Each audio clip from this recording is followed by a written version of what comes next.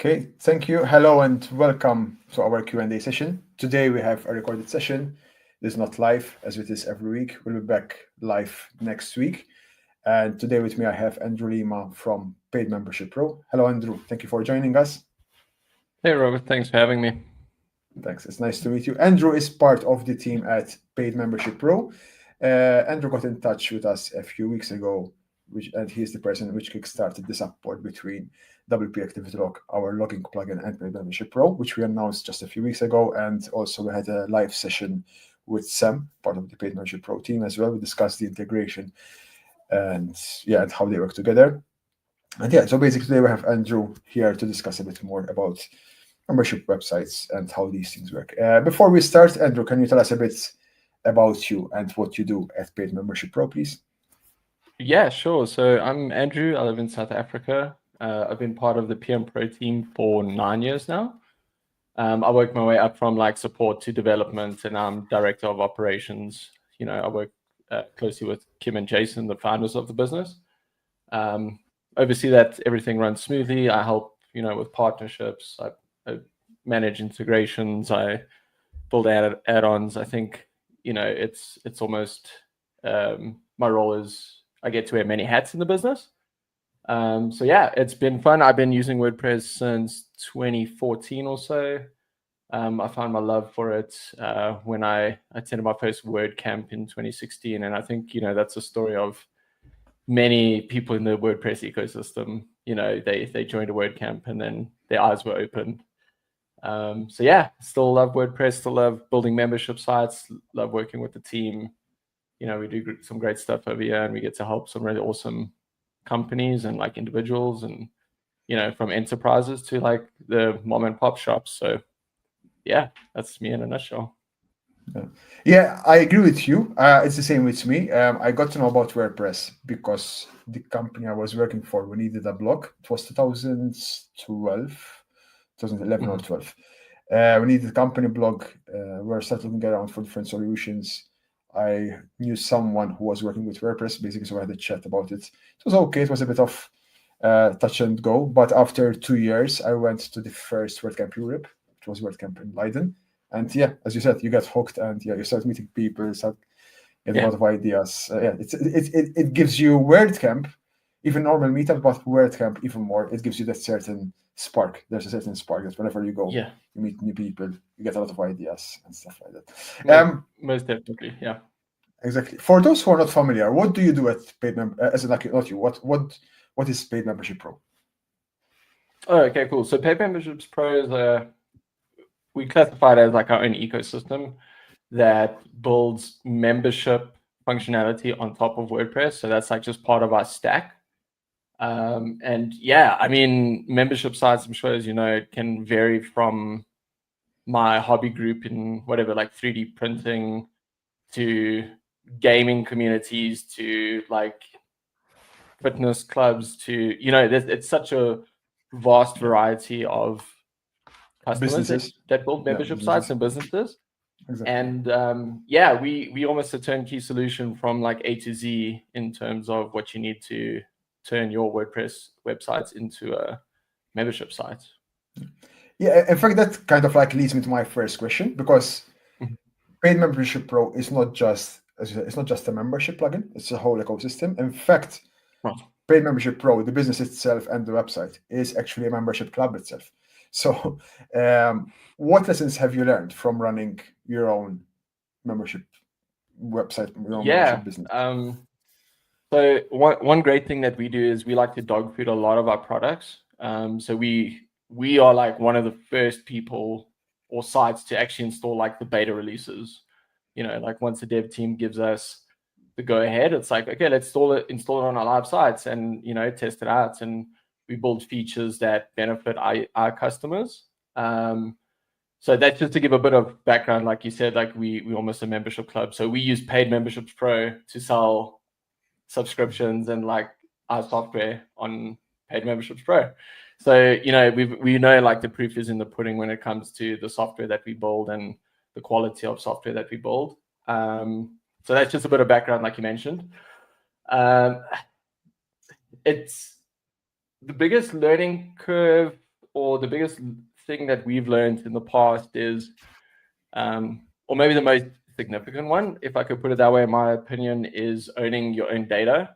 I've seen a lot of people, even outside the WordPress space and even outside of membership space, running e-commerce sites, and then all of a sudden, you're hosting on a platform and then they tweak the pricing or whatever. They're like, now you have to pay 10% per charge, sort of thing.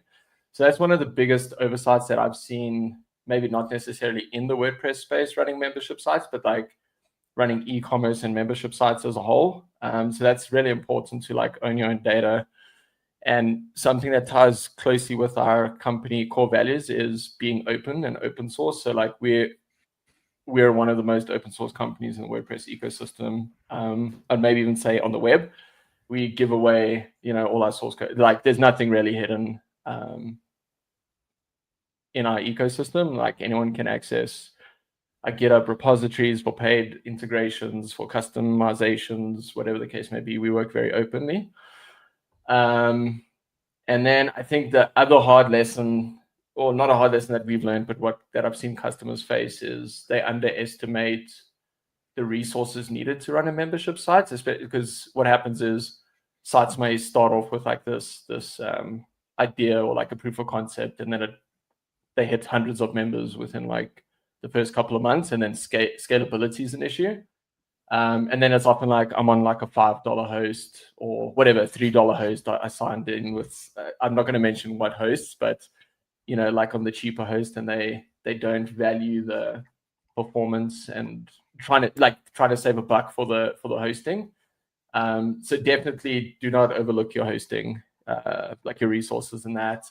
It's okay to start off with like a cheaper solution, but then ramp it up as you go, or like have the options to actually change your hosting plan or like get more resources for your site, because running a membership site and even an e-commerce site in general, it's quite taxing on your resources on the server level. So yeah, and that's something that we've also perfected in the past, and I can touch on that a little bit later on this call. Yeah. No, in fact, might as well, because you are mentioning hosting and performance. Yes. During my session with Sam, she told me that at Paid Memberships Pro, you are planning to launch your own web hosting solution. Yes. What problems are you trying to solve for your users that currently there aren't, maybe, or how you are addressing this problem differently than the typical WordPress web hosting?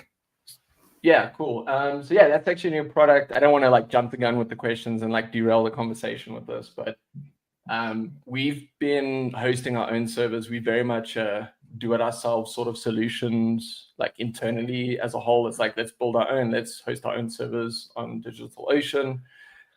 So there's a couple of factors that maybe I could say make us stand out in comparison to like a generic host. So like I said, we've been hosting our own servers for like many years now. So we've perfected that formula, and that's what we are rolling out to each customer. So it's also going to be very transparent. We're going to write, a behind the scenes guide on like how to do it yourself.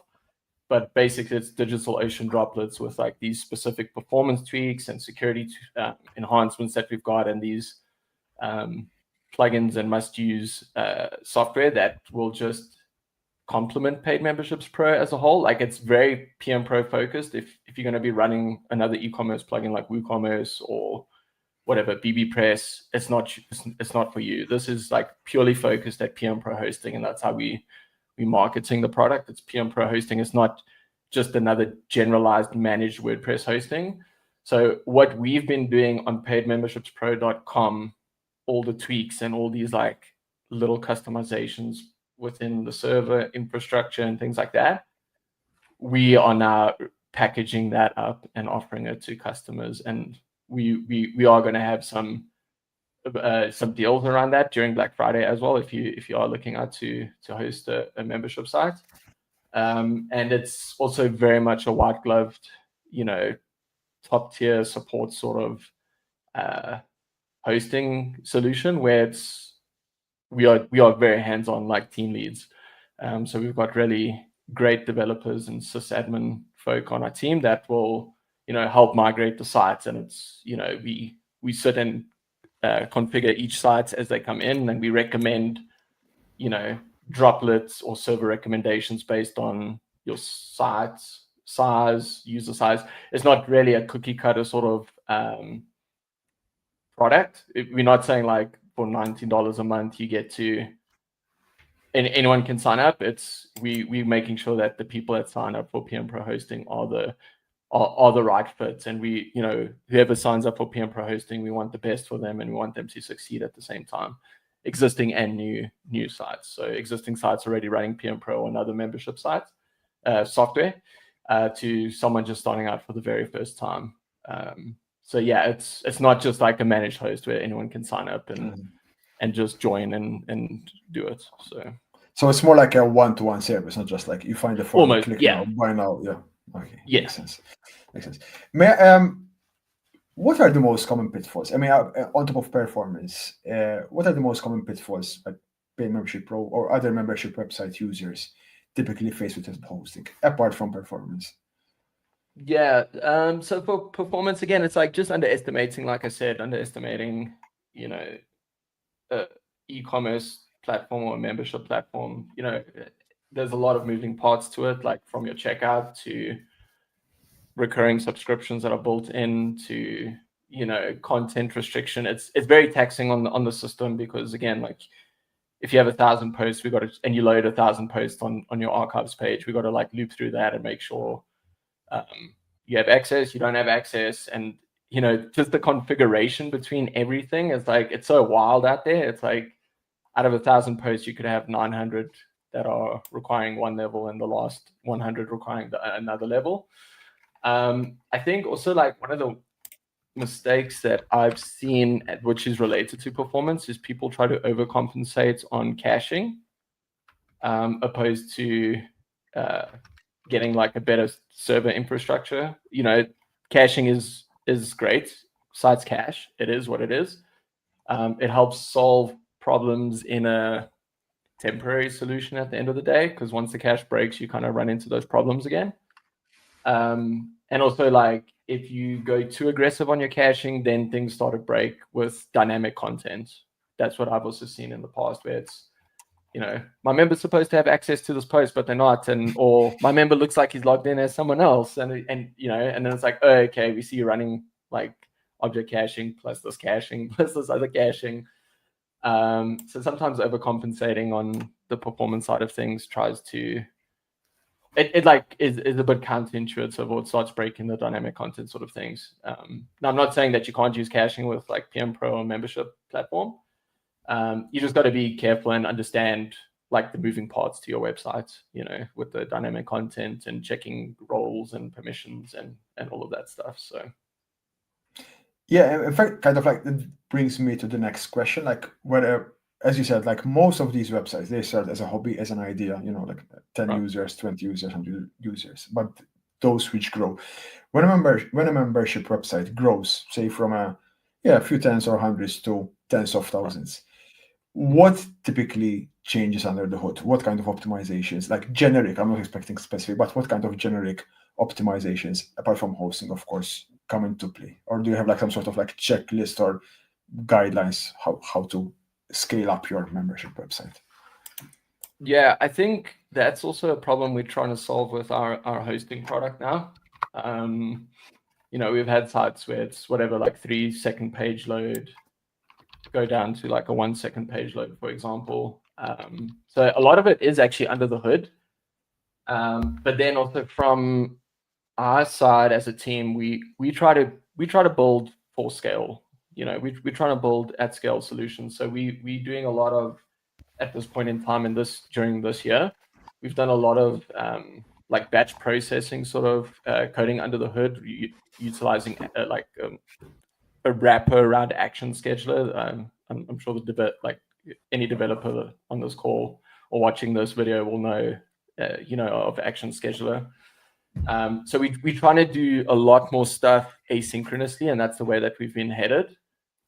So again, it's also like with WordPress, we don't have control of what you install on your site. So Yeah.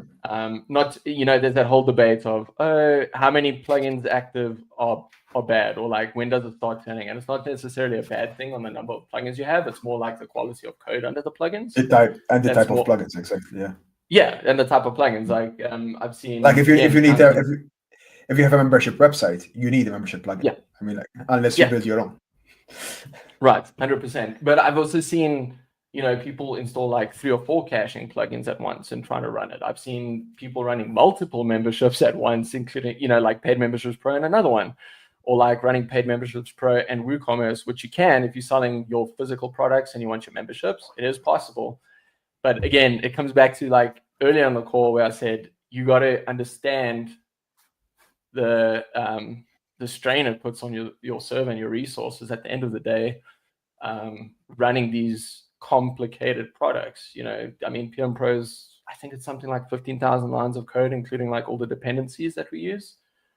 So again, it comes down to the quality of code, what I can say. And one thing that I'm proud of at PM Pro is we're always innovating. We always like fixing the things that as soon as we get a bug report in, or like an issue that's fixed, we're working at scale, which is important for our customers. Because again, we have customers with maybe 10 members to 100,000 plus members, and it's all running on WordPress. So we're very much in the scale mind, and like from a architecture perspective, what does that look like under the hood for, either 10 members or 100,000 members? Like, we've got to export data. What do we do? So now it's like we very much in that mindset of building a product that scales well. So yeah, definitely just check your plugins, your custom code. Caching is your friend, but it can also be your enemy at the same time. So just if you're setting up your caching right, you'll be just fine. So yeah. No, I'm glad you mentioned the plugins aspect, because it's something that comes up very often, even at WordCamp, especially with the new people who are new to WordPress, who are not so well informed about WordPress, or in general about how this technology works. As such, there is no like hard limit to how many plugins you can have. It depends, of course, what you want to do. I mean, if you want to run, as you said, like a membership website, on top of it also sell some products, physical or not, of course you need different number of plugins. And if you want, I don't know, some type of VAT checks, for example, in Europe, you need some different plugins as well. So it really depends. It's rather than asking yourself how many plugins, there's no hard limit. It's like, what plugins do I need? And if you need an e-commerce plugin, if you need a membership plugin, make sure you choose a reputable one rather than any other plugin. That's the question. So it's not like how many plugins, which type of plugins do you want to choose? As you said, it kind of like brings me to the next question, because membership website is built up from so many things. As you said, you have dynamic new content, maybe some archives, checkouts, some gated content. Are there any best practices when it comes to testing these? Because of course, if you have a membership website, you need to make sure it's online. The last thing you want is to find out from your members it's offline, or that some section is not working. So are there any best practices? How do membership website owners how can they test their website and make sure that every component of that website is online at any time?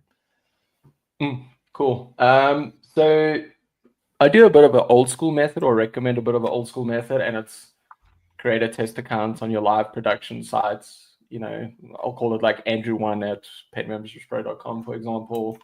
Give myself a membership, manually go through the checkout, make sure it's working, view the gated content. That's like one of the best ways to test it. There is an easy way that I also like to do is there's a plugin called user switching. It's on the WordPress repository. And what that does is you can just go to like any user and hit switch to, and then you can see what they view, like what they see on your site. It kind of like switches your account in the back end as an admin to that account. So that's also a good way. And it's like just manually test it every now and then. And then also what we've done to try and solve that from a code problem, because that was quite a common question from our support coming in on like, what's the best way to test that out, what my members actually see, and what's the best way, all those sort of questions like you asked. Paid Membership Pro built a little, it's called a View As toolbar at the top of like a WordPress admin. And that's available to all admins that you can view as without a membership level, with membership access, and then with your current membership access. So we normally say, like, as an admin, give yourself a free membership level. You can view the gated content, you can edit things as needed, and then we've just got that toggle switch that like reloads the page, and then it kind of changes the states of your membership access on the fly without actually adding or removing a membership level. So that's a good way just to validate like the paywall sort of view to what the access looks like. But yeah, definitely I still say you can use that, and then still on top of that, create a test account that you can just log into and like navigate your sites and, test things out. And then always chat to your customers. That's a big one, like always reach out to your customers if payments failed, or if you see they're not progressing through your course, because that's also a common use case for membership sites. Is you pay for a membership, you get access to 10 courses on your site, and if you see they're not progressing through the courses and like each course, like reach out to them and say like, hey, what's going on? And then maybe you pick up those sort of issues on, unable to gain access or anything like that. So makes sense. Since we're talking about testing, you said yours, you started working in support as well. Like, what are the most common problems membership website owners typically run into? You're starting a new website. You had an idea, you have 10 users, and now you started growing. Except from performance, what are the most common technical issues people typically encounter? Yeah. So off the top of my head, what I can recall is payment gateway issues, and it's not necessarily a problem within the software itself. It's often site specific or user error. So it'll be just, for example, using wrong API keys,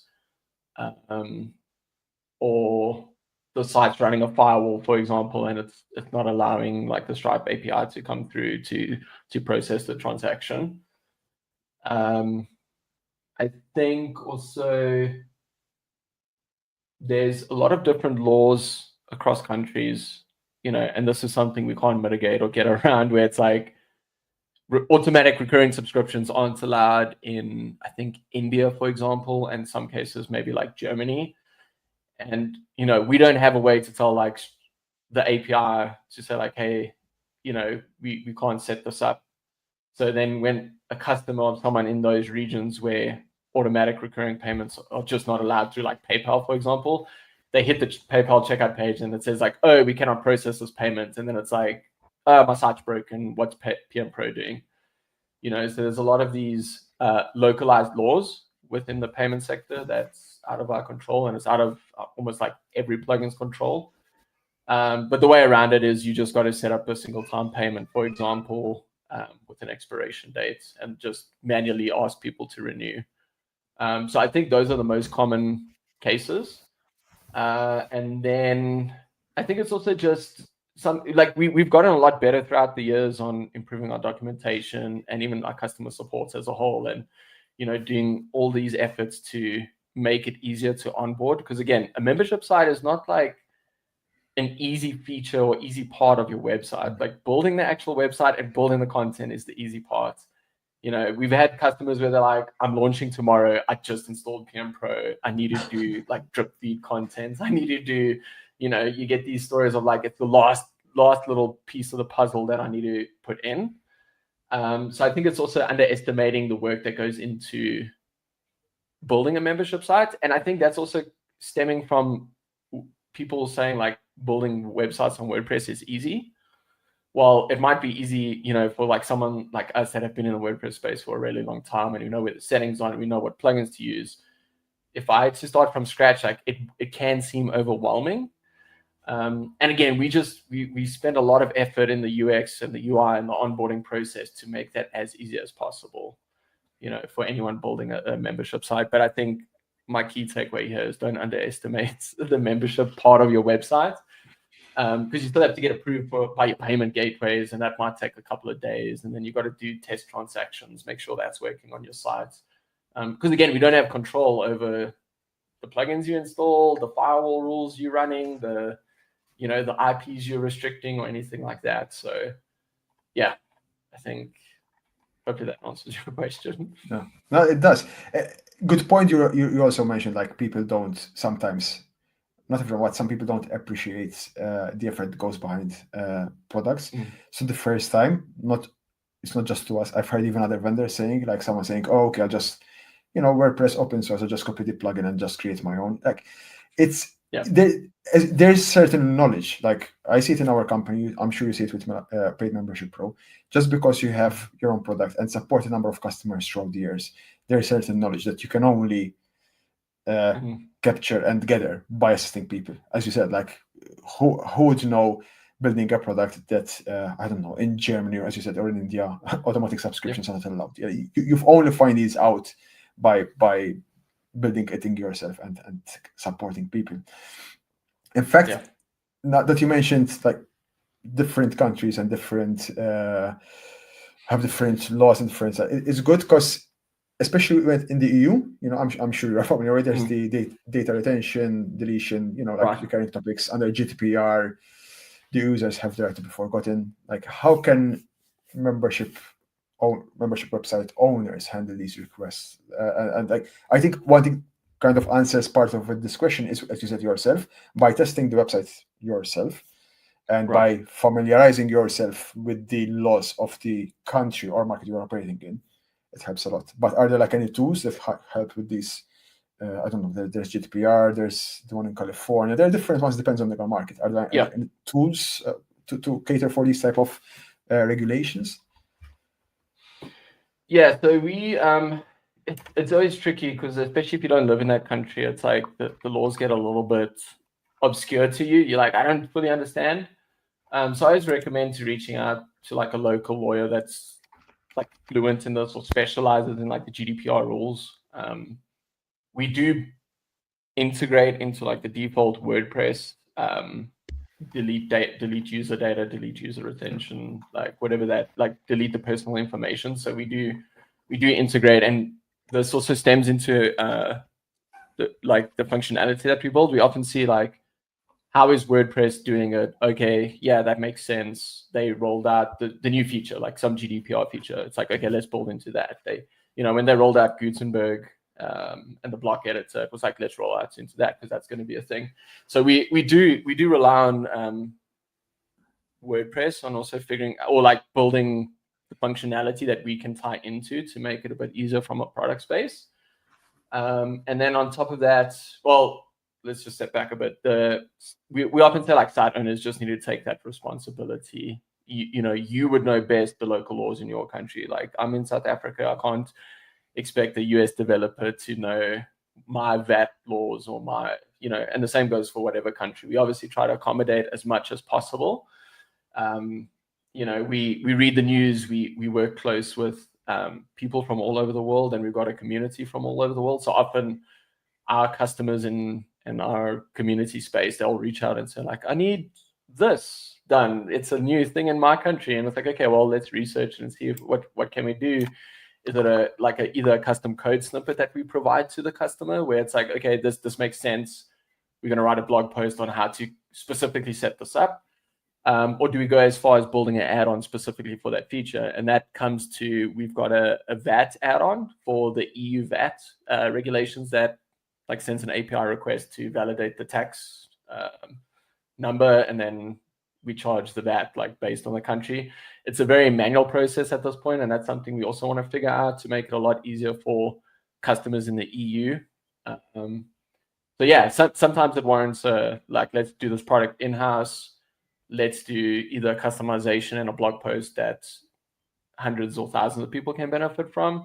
But at the same time, the responsibility is on the site owner to make sure like we got it right at the end of the day, like the deleting data. Maybe we missed a data step. It happens in a product space where bugs occur and, data, whatever, we're not deleting the person's name, for example, from the data set. So it's often like just reach out to our team. And I think it's even not just talking about PM Pro, but e-commerce and membership sites as a whole and products as a whole. Reach out to their team and just say, like, I need this feature. What can I do? What's the workaround? And then often we'll come up with a solution, or at least advise, like, oh, we saw this plugin, let's recommend this. You know, we found this plugin on .org that's like banner notifications, that's GDPR compliant, and we recommend that one. So we very much integrate into the ecosystem of WordPress and recommend stuff that exists already, especially from the WordPress repository.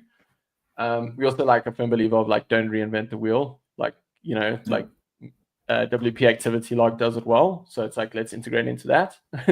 You know, it's a great free product. So yeah, I think it's kind of like, let's contribute to and work together with these great companies and solve problems that might be monumental for us as individuals. Because again, the laws, I mean, we're serving all countries from eastern to western of the world. You know, it's not like one specific country that we can hanker down on with these specific laws and build like a SaaS. You know, we kind of sometimes get jealous of these SaaS applications where it's like, I know you can be very, very specific and very opinionated on how to do something, where WordPress isn't that. It's again thousands and millions of configurations that you're running, and you kind of have to try to fit the majority and get it working. So yeah.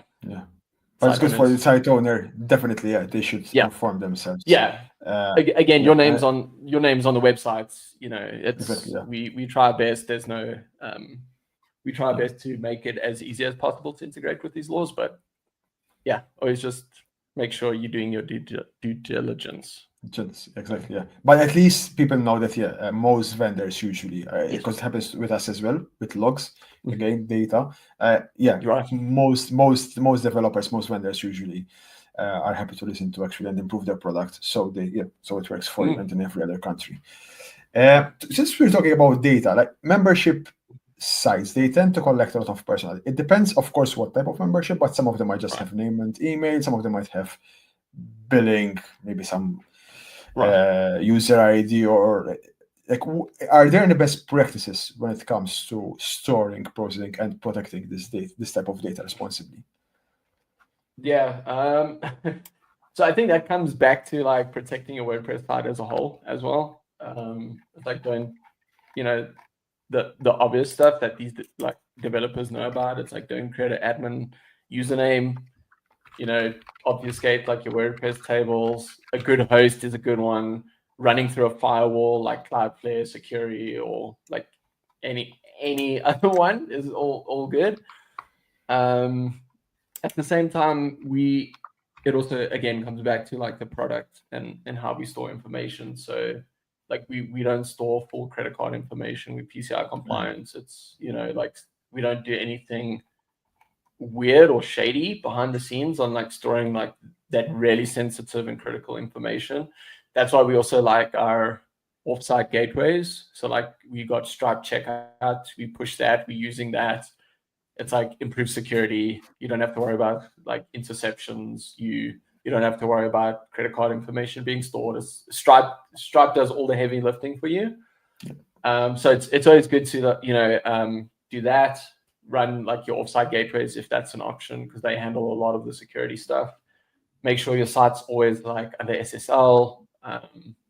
Make sure, like, even double check your admin users. That's a good one, because sometimes it's like, wait, why does this person have an admin account? Or like you just had your settings wrong. I've seen a site where the default WordPress role for every user registered was administrator. So every time that like someone would sign up for a membership, they were like, they can see the full dashboard in the membership. And it's like, oh, okay, actually add that. You know, you have your WordPress website set to everyone signing up as an administrator. Yeah, I think just keep things updated. And then another big one is don't use null software.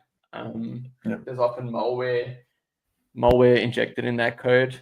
And it's a big one. I know it's like, you know, people are trying to save a buck or two.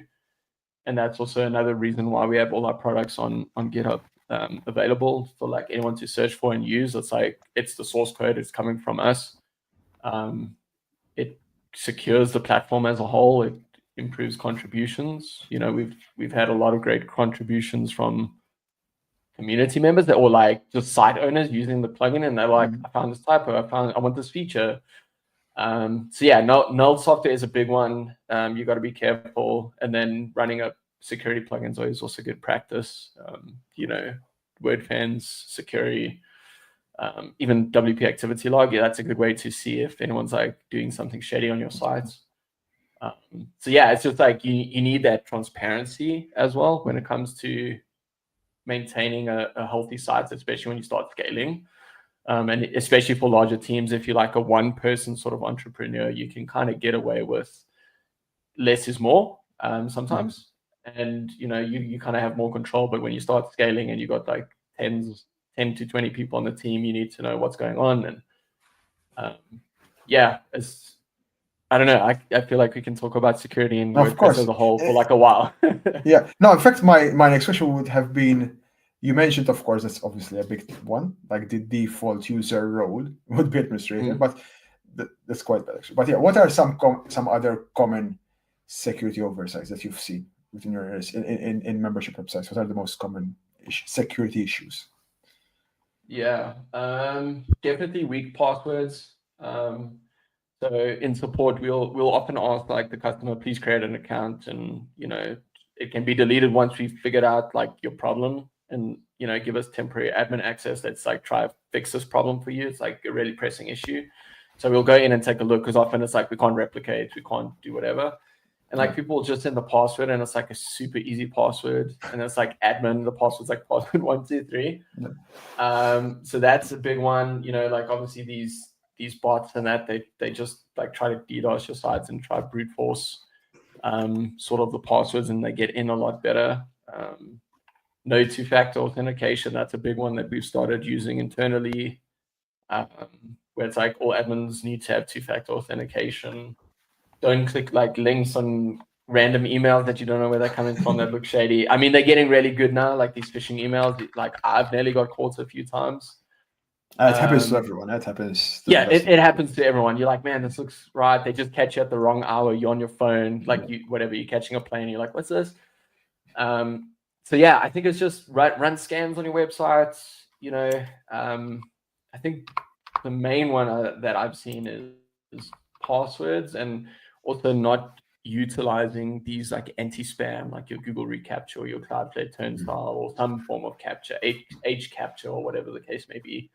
That also helps slow down these sort of like pen testers and opportunists that are trying to get into your websites. And again, make sure like your server's running the latest software. That it's almost like, I know I keep coming back to like the server side of things, but it's like it's the foundation of your websites. You know, it's the building block of like your actual business. So like take it seriously, and you know, make sure like HTTPS, like whatever the latest TLS is, make sure you run that. Make sure you got scanning ability on that, malware scanning, and you can do it client side, like with WordFence, whatever the case may be. But you know, I've seen some hosts that are like old PHP, like PHP 5 point something, and it's like make sure that's updated. Like you don't have to run like PHP 8.4 now, but like at least run like PHP 8.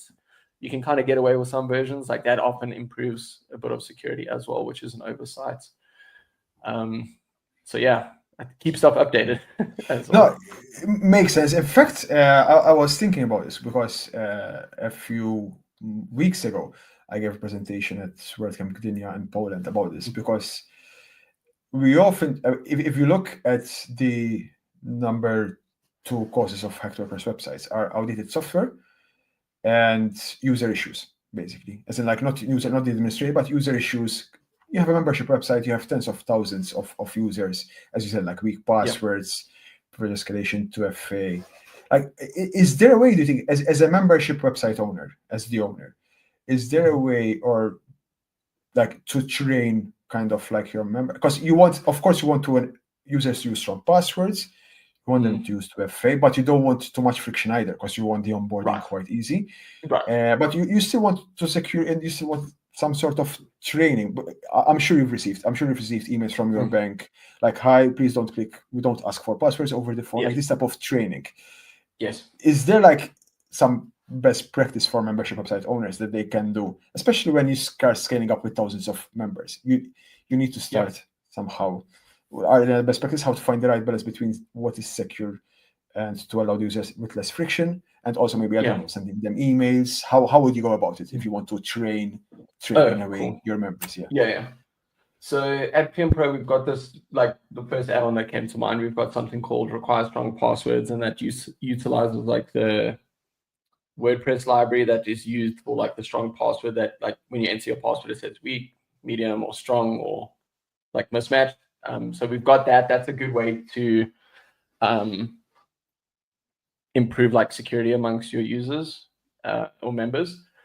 So we often say like turn that on. Always make your site over HTTPS, so there's no like weird like phishing or intercepts.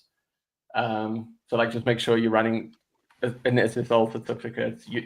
Most hosts now are included for free, so you kind of don't have to worry about this. Again, like you said, the friction is the hard part. So you don't want someone to fill out like 20 field forms on the checkout page, and then it's just like, I'm not filling this out. Like, it's lazy. You want it as optimized as possible. I think you can get away with like a strong password. That's kind of like the norm nowadays. And, like apps like LastPass and those sort of like password solutions that have browser extensions are a great way to just like click generate password and you can kind of forget about it. So tools like that is great. And I think, emailing customers and reminding them that you got to, don't click on any links, or like you change your password every so many months. That's one that I've seen in the past. It is a good way to keep your security for your users as high as possible. Also, just double check like your users' roles and their permissions. Like I said, it was like such a silly thing of all WordPress users got the admin role. But like if you at scale and you're getting 10 signups a day, you just need one of those signups to be malicious, and then your site is like deleted. Like they can just delete all your members and their subscriptions, for example. So it's like just double check the permissions and capabilities. Sometimes you can even restrict dashboard access if you want to kind of hide that. That's built into PM Pro. Sometimes it's like people just don't want people to know it's WordPress, or they just don't want them going to the WordPress dashboard for any reason. So that's built in.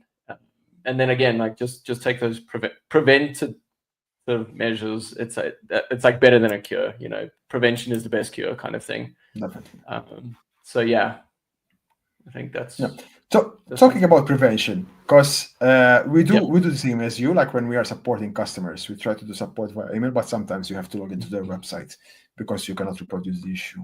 It's not the first time. Like I see websites where they have thousands of users and they have no idea who they are, what they are, etc. So on a membership website, especially as it's growing, I'm sure you have some sort of headcount where members come and go, they're no longer paying.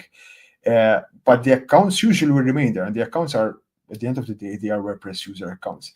Are there any best practices when it comes to handling expired membership, especially, spread multiple services? Yeah. It gets tricky at scale because, again, it's quite a manual process, and this is kind of where hiring, like if you're running at that scale, it's always good to hire like a membership manager, like if you can afford it, to just double check the headcount. And then just coming back to like these phony users or these phony members, like it happens, like people are going to put fake details in your checkout. They're going to see like, what do I get? Like, let me try sign up. Maybe I'll get something for free if the site owner doesn't know. So we've built in a potential spam tagging system in the WordPress users table. So what that does is basically if the checkout page is just completed and the user checks out, say for a free membership, but they never navigate to any other page, we kind of track it as spam until they interact with the site. Then we're like, okay, no, it seems like they're a legitimate person. So that's one good tool that we've built in to kind of counteract that measure. And then on top of that, we've built a internal honeypot as well as a rate limiter. So if you start failing like your checkout, it says like, whoa, hold on, are you a spammer? You got to wait 5 minutes. So it kind of it doubles each time you fail. So that's what we've done from a product perspective to kind of just tighten things up a little bit, because we do find like bots get whatever, a list of credit cards, and then they find a site and then they try like just brute force to see which ones work. And then I don't know. It's a tough one. I agree with you though. I agree, because you need some sort of, either you or hire someone to help you maintain it. Right. Because as such, these type of decisions can only be made by a human. You can only, first of all, it's good to hear that you have these type of checks already, because we used to have a CAPTCHA plugin in the past, which we've sold. But yes, like one of the biggest issues I've seen when we had this CAPTCHA plugin is membership websites dealing with spam accounts. It seems like it's the most common problem. So it's good to see a solution like Paid Memberships Pro that has these type of checks and balances. But I agree with you. I was just curious if, with your experience, you know something. But unfortunately, you can have systems, as we're saying, helping you with tags, and you have to double check and stuff. But at the end of the day, in most of these cases, you need a human to double check this. I think human is best, and even if the member expired after a while, I'd say just keep their account there until they actually request it, because again, they can come back at a later stage and just log in, sign up, check out. It's more frictionless that way. You can purge the data, like whatever your local laws are. If you have to like delete stagnant data, then delete it. We've got lists to show you all expired members, all cancelled members, things like that. But it's often a good way to outreach again and almost reduce churn. I guess it could be like a cold churn in a sense if they've been expired for a long time. Reach out to them and see. And then again, like you said, a human. You can often spot like a fake email from the get-go. You can look at it and be like, like maybe Gmail's a bit harder, but it would be like at whatever, like just match the keyboard .net, and you're like, okay, that seems like fake. And again, we are building tools around like fighting spam, because it is a tough one. Yes. No, and I think, as you said, as long as you have these checks and balances in place, there's a bit of manual check. And on top of that, if you are using the right roles, the right policies and stuff, you'll be fine. Yeah. For sure. That was very interesting, Andrew. Thanks a lot. Is there anything else we missed you'd like to mention? No, I mean, we got to chat about hosting, and we got to chat about some great topics. I know we could carry on for another 3 or 4 hours. Of course. That's the way we're going. So maybe we'll have to do another one if people are interested. Yeah, definitely. Yeah. Thanks a lot, Andrew. Great. Where can people find you? So on X, my handle is at Andrew Lima ZA. Or just, we've got a community Slack, or even the WordPress.org Slack. I'm available on that. But I think X would be the best bet to find me. That's where I'm most active. Good to know. Thanks a lot. Thanks, Andrew. Thanks everyone for listening. Thanks. You're welcome. It was great working with you. As I said, like it was the whole integration with WP Activity Logs was very easy. You can start it. It was very, very stream. The process was very easy. Thanks. Yeah. Thanks everyone. Thanks for listening, and we'll see you next week. Thanks.